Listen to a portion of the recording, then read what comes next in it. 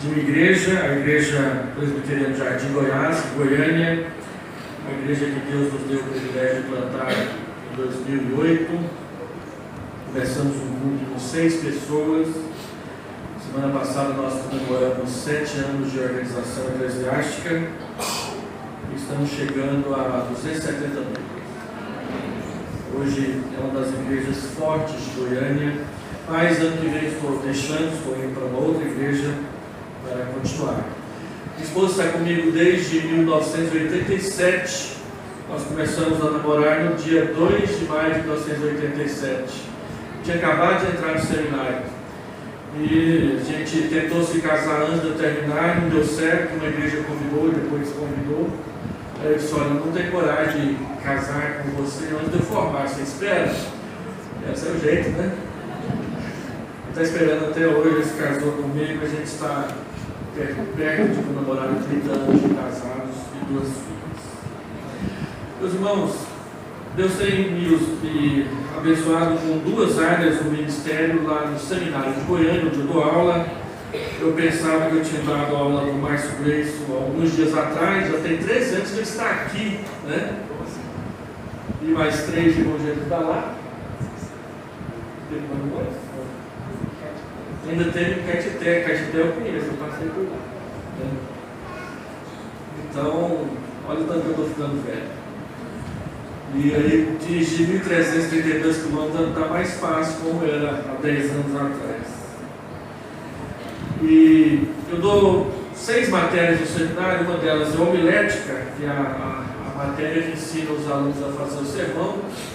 E essa matéria já me rendeu alguns livros que eu publiquei, eu trouxe 3, está à disposição dos irmãos ali atrás, especialmente pregação em textos narrativos, que é a matéria de prática de pregação 1. Eu já escrevi 2 livros sobre este assunto. Vou apresentar para vocês depois Jonatas, o amigo de Davi, e estou pregando atualmente sobre Eliseu na minha igreja. Amanhã de manhã e amanhã à noite eu farei 2 exposições bíblicas sobre Eliseu. Eu gostaria muito que você não deixasse de vir amanhã também à noite. Amanhã cedo eu quero falar sobre o azeite da viúva, vasilhas vazias, não poucas, em 2 Reis 4. E à noite eu quero fazer uma exposição em 2 Reis 6, aquele texto em que o rei da Síria manda prender Eliseu e ele mostra que tem muito mais gente cuidando de Eliseu do que a gente pensa. Eu quero fechar a nossa conferência de aniversário da igreja falando sobre ele. A outra matéria que é de muito interesse no meu seminário é a história da IPB. E para os irmãos que não sabem, a cidade de Wagner, bem aqui do lado, ela tem tudo a ver com a história da IPB no estado de Goiás. Em 1906, William Waddell comprou uma fazenda aqui onde se chamava Ponte Nova. Ali ele fundou uma escola, uma igreja, um hospital. Em 1919, uma missionária veio trabalhar como enfermeira aqui e ela reclamou numa carta que não tinha estrada para chegar aqui em Ponte Nova. E o hospital de Ponte Nova, em 1919, já era o 2º melhor da Bahia e não tinha nem estrada para chegar até ele.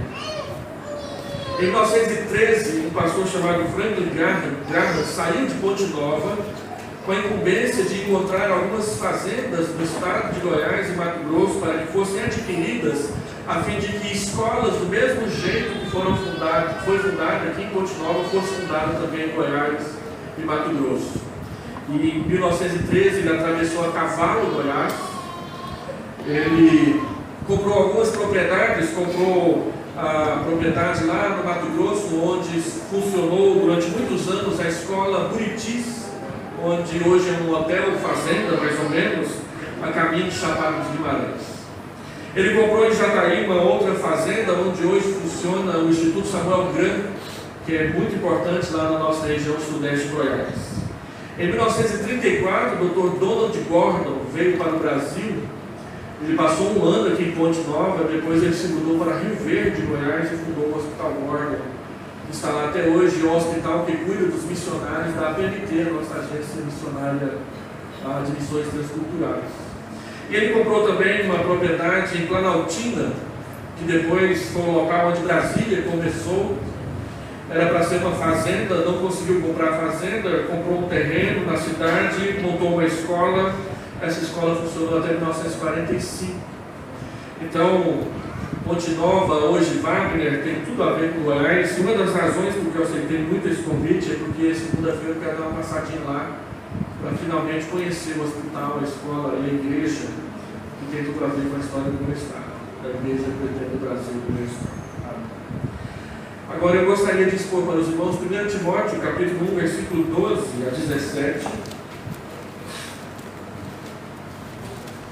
1 Timóteo, capítulo 1, versículo 12 a 17. Desde 2012, todas as igrejas que me convidaram para pregar no aniversário delas, eu tenho exposto esse texto e gostaria de começar com ele aqui hoje.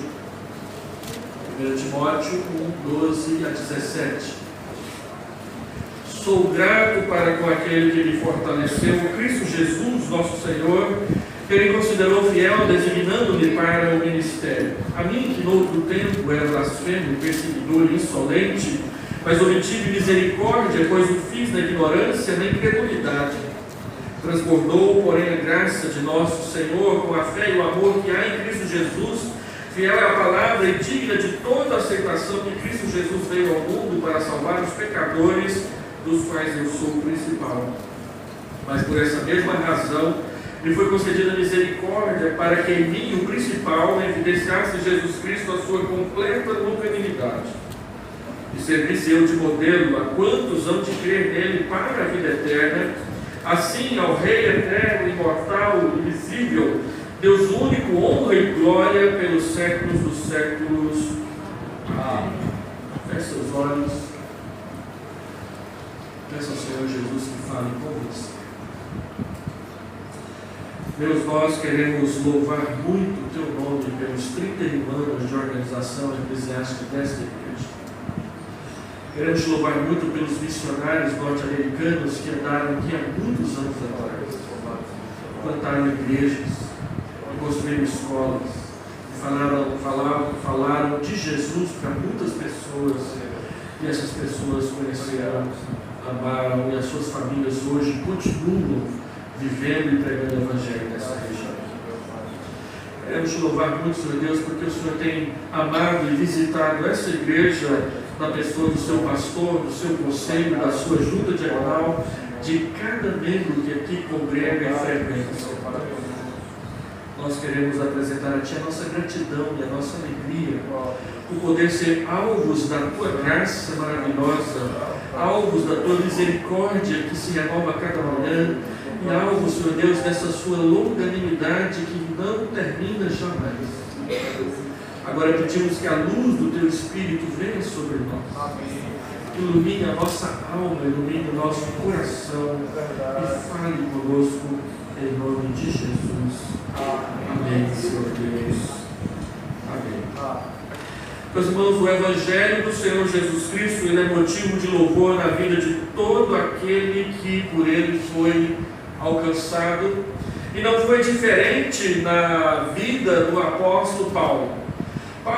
Paulo narra no livro de Gálatas 3 vezes a sua experiência de conversão a Jesus Cristo, Atos capítulo 9, quando ela acontece, depois mais adiante por 2 vezes.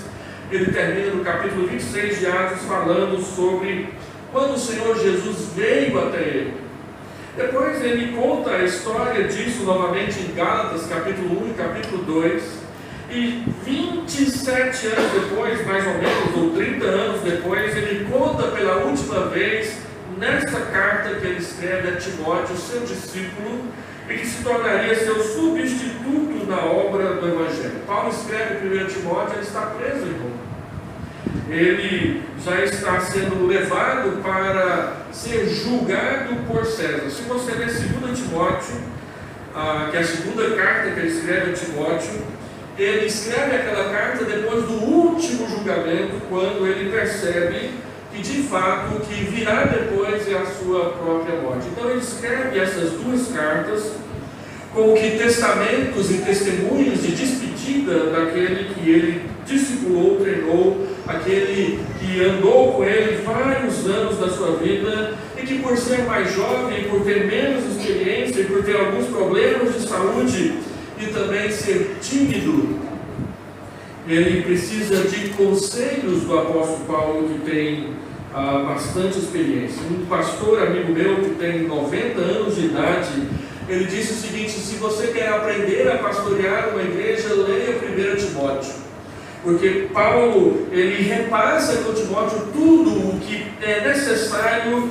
para que uma igreja seja organizada, bem conduzida e bem pastoreada por qualquer pessoa, especialmente pastores jovens no começo do seu ministério precisam ler 1 Timóteo para aprender como cuidar da igreja do Deus vivo, aquela que é baluarte da verdade neste mundo onde muitas pessoas odeiam Jesus exatamente porque Ele os ama. E Paulo então dá o seu testemunho de conversão para Timóteo.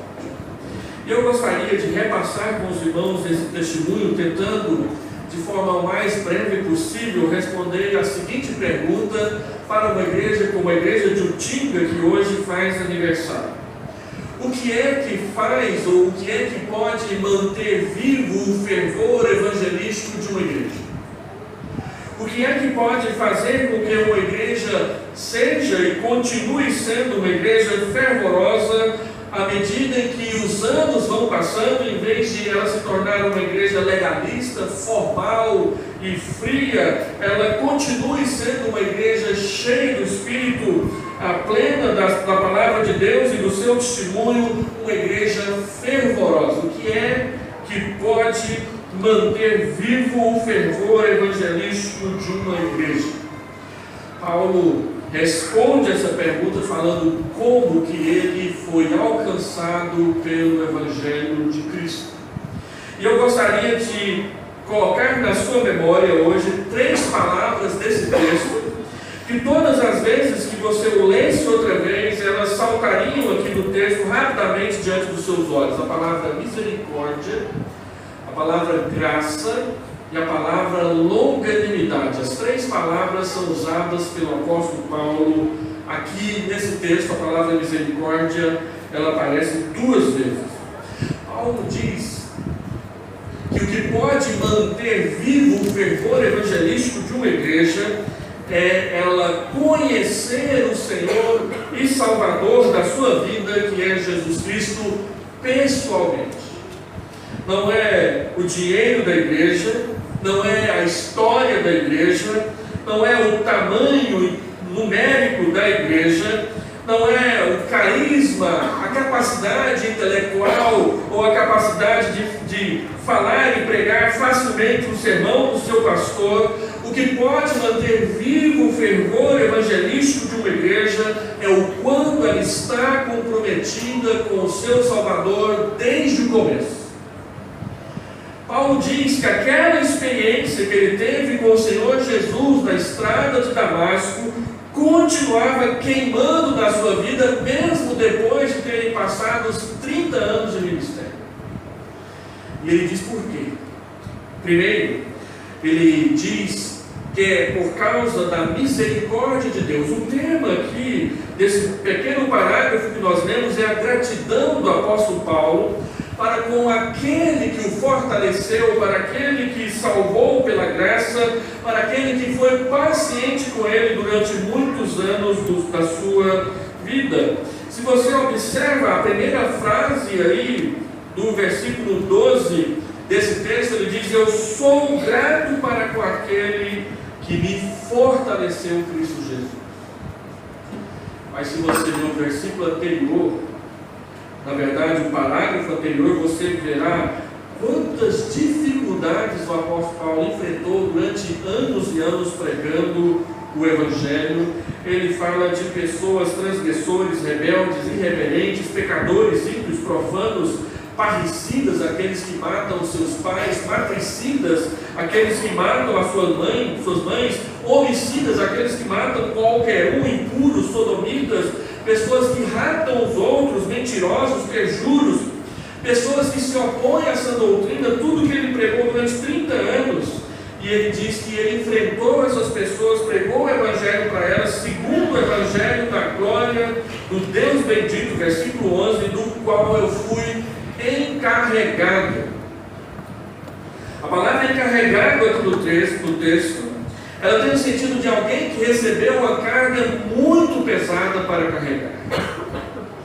Paulo mostrou para nós que carga pesada é essa, falar de Jesus e do amor de Deus para pessoas que não querem saber disso, mas que no decorrer dos anos, muitos vieram a Cristo através desse ministério.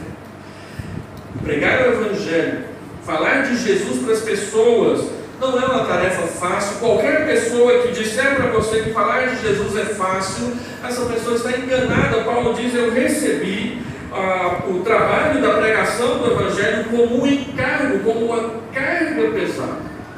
E aí você poderia pensar assim: então Paulo, na verdade, ele estaria triste, cansado, agradecendo a Deus porque os seus dias estão acabando e até que enfim, ufa, eu vou parar de pregar o Evangelho. Mas não é isso que ele diz no verso 12. No verso 12 ele diz: eu sou grato a Deus porque ele fez isso. Como que alguém pode receber uma carga pesada para carregar e depois dizer muito obrigado, Deus, porque o Senhor fez isso comigo? A única forma de você entender por que o apóstolo Paulo agradece é você entender o que foi que Deus fez na vida dele, para que ele pudesse então, em nome de Deus, falar do que Deus fez com ele para as outras pessoas. Eu sou grato para com aquele que me fortaleceu, Cristo Jesus, nosso Senhor, que me considerou fiel, designando-me para o ministério. Ele diz que ele é grato a Deus por causa da obra, da misericórdia de Deus na sua vida, quando Deus o alcançou e perdoou os seus pecados, quando na verdade ele nem sequer pensava em amar a Deus algum dia, ou amar a Jesus Cristo algum dia. Ele é grato por causa da misericórdia de Deus que em primeiro lugar lhe deu forças, misericórdia de Deus que em segundo lugar o considerou fiel, e misericórdia de Deus que em terceiro lugar o designou para o ministério. É importante você prestar atenção quando ele diz que Deus o fortaleceu. Ele não está dizendo que Deus o fortaleceu fisicamente, lhe dando saúde, fazendo dele um halterofilista que coloca 450 quilos sobre a sua cabeça e fica firme de baixo. Ele não está falando de força física, ele está falando de força moral. Disso que ele fala, por exemplo, em Romanos 5, o texto que nós lemos aqui nessa noite, quando ele fala que Cristo morreu por nós, sendo nós ainda fracos. Não é fracos fisicamente, não é raquíticos fisicamente, é fracos moralmente. Fraco naquele sentido de dizer para Deus: eu vou te servir este ano com todo o meu empenho. Você fala isso no dia 1º de janeiro, naquele culto de Santa Ceia. Mas no dia 2 de fevereiro você já está cansado. Você diz que vai entregar o seu dízimo fielmente o ano inteiro, e em março já parou. Você diz que estará presente em todas as reuniões da SAF, mas quando chega em abril você já está reclamando da crítica que a irmã fez ao recheio do seu bolo na reunião departamental. Fraco moralmente, fraco no sentido de não ter força de manter os compromissos que faz. Paulo diz que Deus lhe deu força exatamente para ele conseguir aquilo, de fazer aquilo que ele prometia para Deus, de andar com Deus, de amar a Deus, de servir a Deus, mas não conseguia. Então a obra de Deus veio na sua vida a partir daquele dia de Damasco, de tal forma que ele foi fortalecido no seu coração, na sua alma, não só para andar com Deus, mas para servir a Deus. E porque Deus o fortaleceu, Deus o considerou fiel e Deus o enviou para ser ministro do Evangelho. Paulo diz que isso foi possível não porque ele era bom, mas porque Deus é bom, e sendo bom, derramou misericórdia sobre a sua vida. Ele diz que essa misericórdia de Deus veio sobre ele para transformá-lo em outro homem. Ele então se lembra, ele olha para trás e se lembra como que eu era antes de Deus me fortalecer. Como que eu era antes de Deus me considerar fiel. Ele diz no verso 13: a mim que noutro tempo era blasfemo, era perseguidor e era insolente para com o povo de Deus. Ele usa 3 palavras feias que a gente precisa traduzir para a nossa linguagem de hoje em dia. O que é uma pessoa blasfema? Uma pessoa blasfema é uma pessoa que fala mal dos outros. Paulo falava mal de Jesus. Quantas vezes você já viu pessoas xingando o nome de Jesus? Ou até mesmo você, antes de entregar sua vida para Jesus, falava mal de Jesus. Paulo diz: olha, eu fui blasfemo, eu falava mal de Jesus com a minha boca. Eu era perseguidor. Atos capítulo 9 diz que ele pegava cartas de autorização para ir buscar os crentes nas casas deles e amarrava e os trazia para a prisão. E ele diz que era insolente. Insolente não é somente aquela pessoa que fala mal de você. Insolente é aquela pessoa que fala mal de você publicamente e aos berros.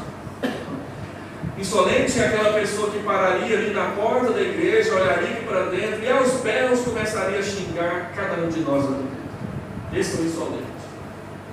Aquele que não tem vergonha de te afrontar aos berros publicamente. Paulo diz: eu fui assim. Eu tratei Jesus assim.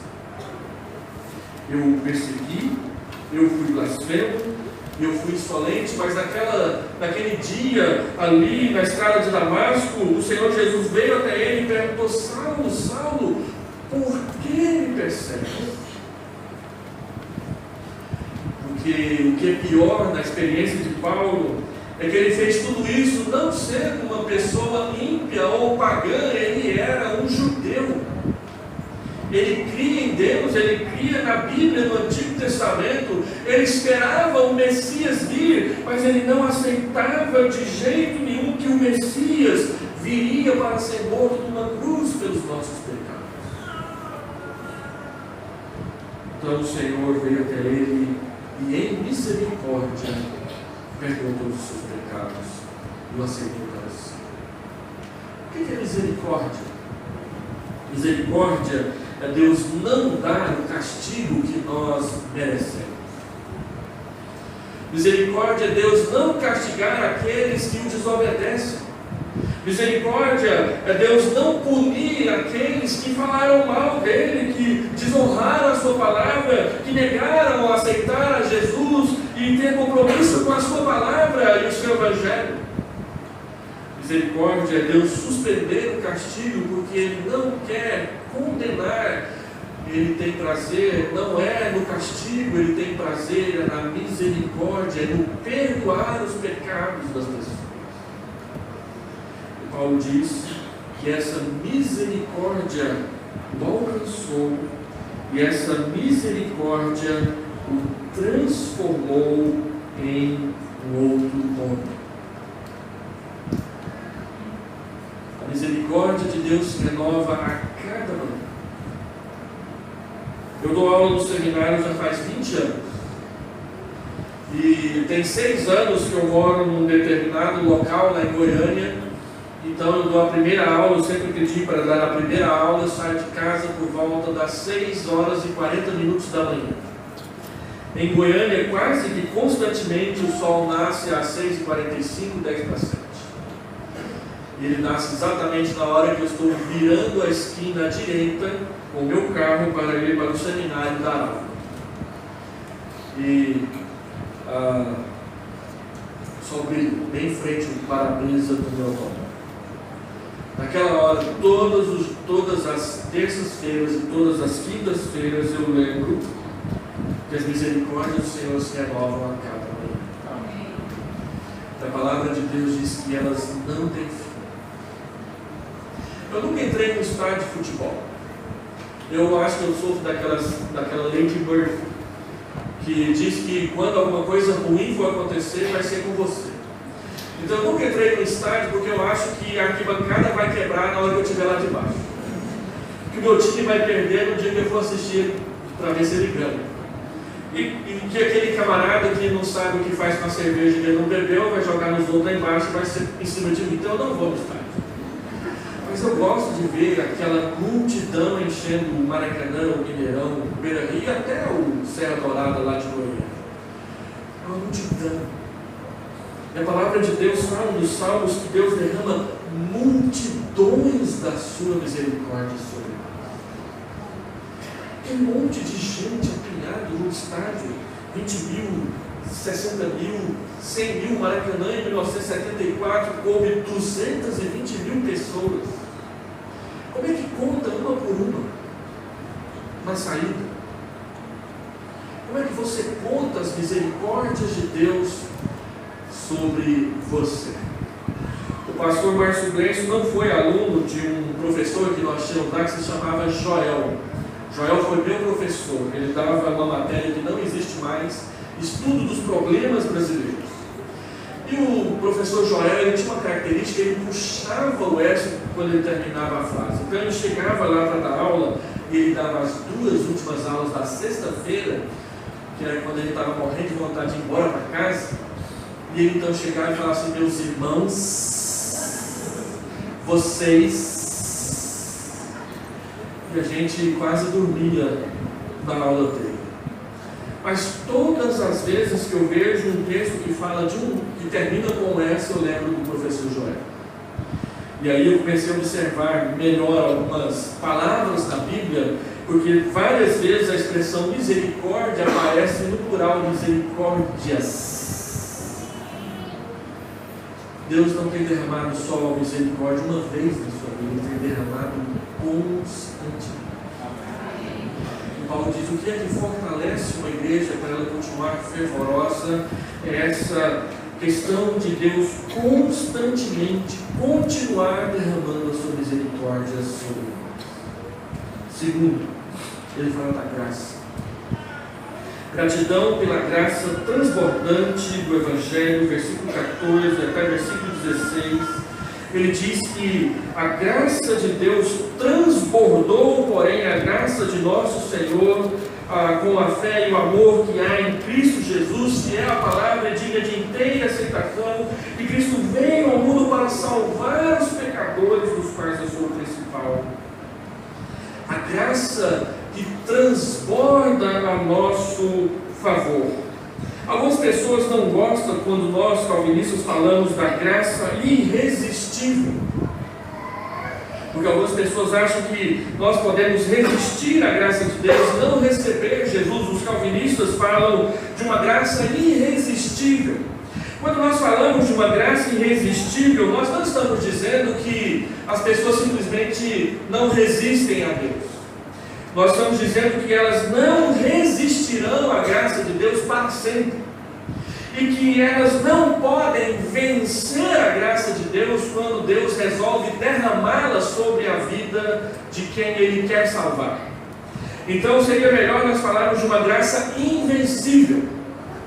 E ele fala dessa graça aqui, e nós achamos base para uma graça irresistível todas as vezes que o apóstolo Paulo fala dessa graça como uma graça transbordante. Aqui ele usa a palavra transbordar, que ela vem do mundo das enchentes dos rios. Quando um rio está em enchente, quem segura o rio? Quando o rio Amazonas resolve encher, quem o segura? Outro dia eu estava vendo uma enchente do rio Amazonas, que a água subiu 15 metros, e o camarada tinha feito a sua palafita pensando que a água ia subir no máximo 10. E as palafitas, muitas palafitas no rio Amazonas, elas são soltas, presas simplesmente a troncos. E aí, à medida que a água sobe, ela sobe, a água desce, ela desce. Mas ele tinha pensado numa água que subia apenas 10 metros e ela subiu 15.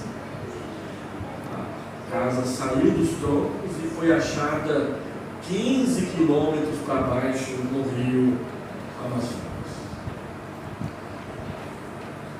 Lá em Goiás, perto de onde eu moro, nós temos uma cachoeira grande. é o Salto de Corumbá. Ela tem 13 metros, 40 metros de queda só.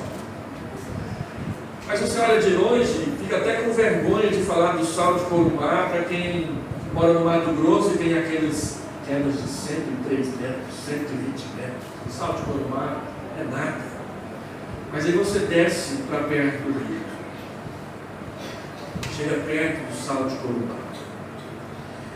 Quando você está a 15 metros da cachoeira, quem está do seu lado não ouve o que você está falando na época da cheia. Aqueles 15 metros, aqueles 40 metros de queda faz um barulho tão grande que é ensurdecedor. Aquela água transbordante. Que ninguém segure aquele lugar, um dos lugares mais perigosos da face da terra na época da enchente. Quando a graça vem em nossa direção, diz o reverendo Jeremias Pereira, é como o rio na cheia, ele leva tudo, ele leva vaca, ele leva cachorro, bola de futebol, ele leva a casa das pessoas. Ninguém segura um rio na sua cheia. A gente tem medo de um córrego na época da cheia. Minha mãe conta uma experiência de quando ela tinha 6 anos de idade. Ela morava do lado de um córrego que você pulava ele com as pernas. Mas quando chovia lá na serra, minha avó dizia, vai buscar o gado, porque se a água chegar aqui antes do gado vir, a gente não consegue passar. E ela foi buscar, ela tinha 6 anos de idade. Quando ela chegou com a vaca ali perto do córrego, ele era um rio caudaloso. Ela fez uma das coisas mais incríveis para mim que eu ouvi ela contar. Ela disse que deu um tapa no traseiro da vaca e pulou no rabo dela. E atravessou o córrego. E antes que a vaca desse um coice, ela saiu de pé. Mas não dá para atravessar. Não dá para atravessar. E na Bíblia é interessante quantas vezes o apóstolo Paulo usa essa figura do mundo das águas, quando ele fala da graça. Aqui ele fala que a graça é transbordante. Em Romanos, capítulo 5 e 6, ele diz que a graça é superabundante. Onde abundou o pecado, superabundou a graça. E em Efésios, capítulo 2, ele diz que a graça ela é suprema. Está acima de todas as coisas. Quando Deus resolve derramar a graça sobre a vida de alguém, ela é irresistível. O Paulo diz que Deus derramou essa graça sobre a sua vida, o principal dos pecadores. E por que Deus derramou a graça? Porque Ele queria salvar os pecadores. Nós vivemos numa época que a televisão, as revistas, os jornais dizem que não existe pecado. Pecado não existe. Isso é uma ilusão que os crentes inventaram. Mas essas pessoas mesmas que falam isso vivem bêbadas, vivem drogadas, e muitas delas se entregaram ao suicídio. É interessante que nas regiões onde menos se crê no Evangelho são as regiões onde as taxas de suicídio são ainda maiores. Porque a graça que transborda sobre nós, ela não nos afoga, ela nos livra, ela nos salva, ela nos limpa de todos os nossos pecados. E ele diz que Jesus veio exatamente para isso, para salvar os pecadores, dos quais Ele é o principal. E a terceira palavra, a palavra longanimidade. A misericórdia, Deus não dá o castigo que os nossos pecados merecem. A graça é Deus nos dar a salvação que nós não merecemos. E nós que frequentamos a escola dominical desde a classe Florzinha de Jesus, há 40 anos atrás, aprendemos que graça e misericórdia são dois lados diferentes da mesma moeda. A misericórdia é Deus não dar o castigo, e a graça é Deus dar aquilo que nós não merecemos, que é a salvação no lugar do castigo. Mas nunca sabemos e nunca pensamos na longanimidade. Uma palavra moderna para longanimidade é paciência. Deus é paciente com a gente. Deus foi paciente com o apóstolo Paulo. Deus preparou o apóstolo Paulo para ser o grande pregador do Evangelho, mesmo quando ele não cria, e dando instrução na palavra, fazendo com que ele estudasse a Bíblia com profundidade. Então, Deus foi preparando e Deus foi suportando as arrogâncias, as soberbas, os pecados do apóstolo Paulo, até que um dia ele disse: basta, de hoje não passa. E isso aconteceu na estrada de Damasco. A longanimidade de Deus conduziu Paulo até ali. A longanimidade de Deus, ela quer dizer duas coisas. Ela quer dizer a paciência que Deus tem conosco e os nossos pecados, mas a paciência que Deus também tem a favor de nós, nos preparando para o Evangelho. Essa expressão aparece lá em 2 Pedro, quando Deus diz que Deus foi longânimo com aquela geração de Noé. Talvez você não saiba, mas Deus mandou Noé fazer uma arca. Pastor, isso eu sei. E ele começou aquela arca quando ele tinha 500 anos de idade e terminou quando ele tinha 620. Disso eu não sabia. 120 anos preparando aquela arca. E o texto de 2 Pedro diz que nesse período ele pregava o Evangelho. Ele falava: olha, Deus vai inundar a terra. Se você quer se salvar, vem para a arca comigo. E a Bíblia diz que as pessoas zombavam dele. Eles não zombaram de Noé do jeito que aquele filme, o Todo-Poderoso 2, A Volta do Todo-Poderoso, zombaram ali daquele Noé de Nova York, alguns minutinhos, porque a chuva começou, parou e depois veio aquela inundação. Não, eles zombaram de Noé por mais de 100 anos consecutivamente. E aí todo mundo entrou na arca e a chuva caiu. Não, a chuva não caiu, não.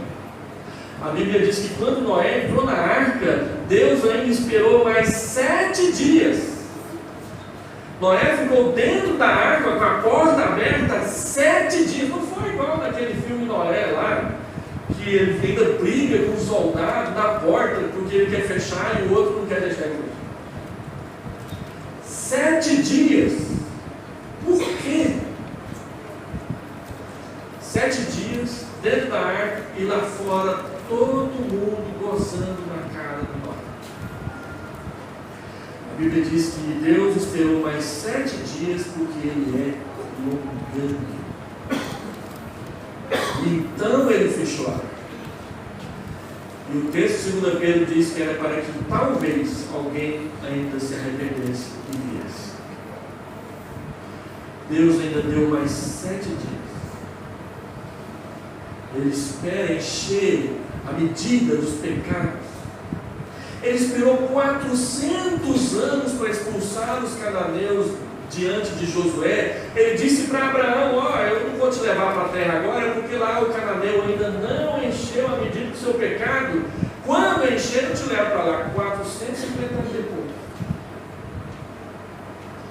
Deus é paciente. Deus é paciente com você.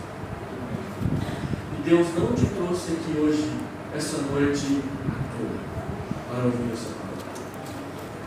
Isso faz parte da longanimidade de Deus para com a sua vida, te dando uma oportunidade, te dando uma nova oportunidade, te dando outra oportunidade para que você conheça Jesus, se arrependa dos seus pecados e entregue a sua vida nas suas mãos. Mas saiba que um dia Ele vai fechar a porta. Paulo foi naquele dia na estrada de Damasco. Ele então mudou a vida do apóstolo Paulo, mostrando para ele misericórdia, graça e longanimidade. Mas a paciência também é a nossa favor, porque à medida em que Deus vai aguentando, aturando os nossos pecados, Ele ainda vai nos preparando para a gente servir a Ele no Evangelho, mesmo assim. Te dando dons, te dando talentos, te dando habilidades que quando Ele te converter, essas habilidades vão servir para o resto da vida. Meu primeiro emprego foi numa livraria. E eu achava aquilo um tédio. Eu vigiava velocípede na porta de uma livraria, lá em Anápolis, Goiás. Depois eu passei para dentro da loja e passei a ser o faxineiro da livraria. Depois eu passei a ser o entregador e aquele que fazia todo o serviço de estocagem, pegar as coisas que estavam guardadas lá e colocar nas prateleiras para serem vendidas. Essa era a única coisa que eu gostava de fazer lá. Por que eu comecei numa livraria? Nunca imaginei que aquilo ia me ser útil um dia na vida.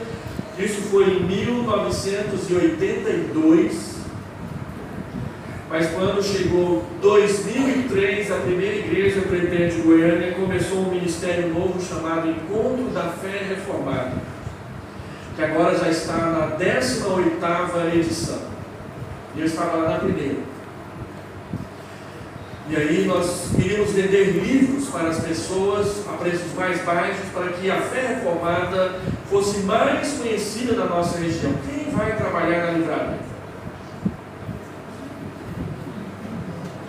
Tudo que eu aprendi nos 3 anos que eu trabalhei naquela livraria serviram para ajudar a gente a montar a livraria do Encontro da Fé Reformada de Goiânia, que reúne todos os anos 600, 700 pessoas. Ano passado nós chegamos a reunir 900 pessoas no tempo da primeira igreja de Goiânia. E o grande X do Encontro da Fé Reformada não eram os preletores internacionais que a gente trazia, mas eram os livros que eram vendidos para que as pessoas conhecessem a teologia reformada. E durante 14 anos eu conduzi a livraria do Encontro da Fé Reformada. Deus tinha tanta paciência comigo que Ele ainda achou tempo para me ensinar a cuidar dessas coisas antes de me converter. Eu tenho certeza que Ele está fazendo isso com você. Então, Paulo termina o seu testemunho dizendo: o que eu posso fazer depois disso?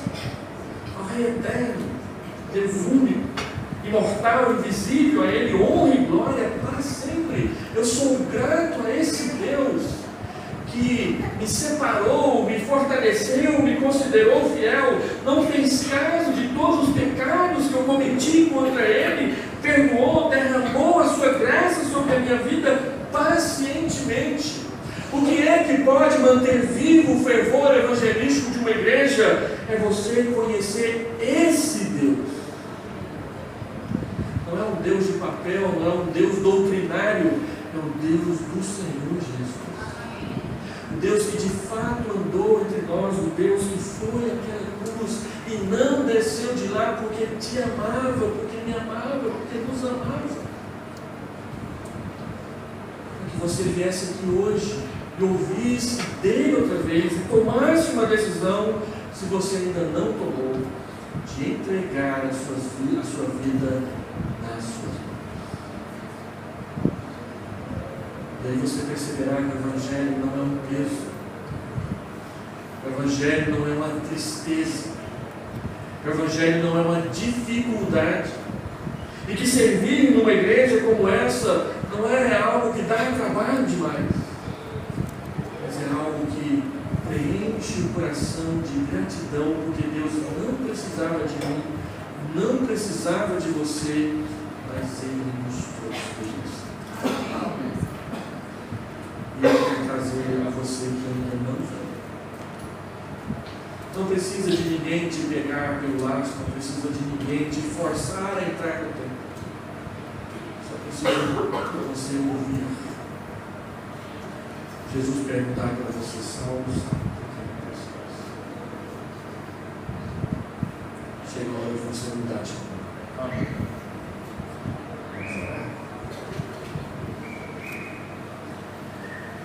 Deus, nós nos colocamos na Tua presença nessa noite festiva para Te agradecer. Te agradecer o Teu amor eterno, Tua graça transbordante, superabundante, irresistível. Obrigado. Agradecer essa misericórdia que suspendeu o nosso castigo. Obrigado. Agradecer essa paciência, essa longanimidade que esperou por nós e que ainda espera por muitos aqui lhe dando oportunidade, eles dando oportunidade de arrependimento. Ó Espírito Santo, visita corações nessa noite. Visita essas almas cansadas. Visita esse espírito angustiado. Visita este e esta que precisa te conhecer nessa noite.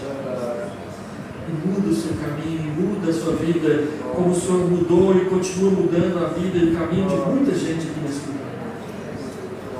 Oh Deus, estende as tuas mãos para abençoar. Estende as tuas mãos para curar a alma, curar o corpo, curar a vida. Estende as tuas mãos para receber aquele que veio e que está ouvindo o Senhor chamar no seu coração. Em nome de Jesus. Oh, Mestre, nunca cessarão meus lábios de bendizer-te, de entoar-te glória, pois eu conservo de teu bem imenso grata memória.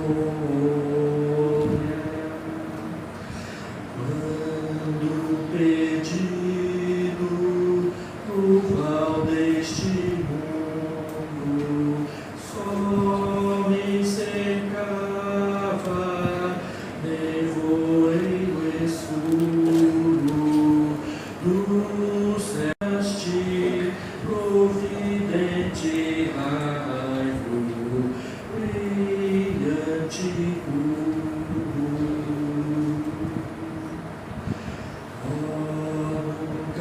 Nunca cessarão meus lábios de bendizer-te,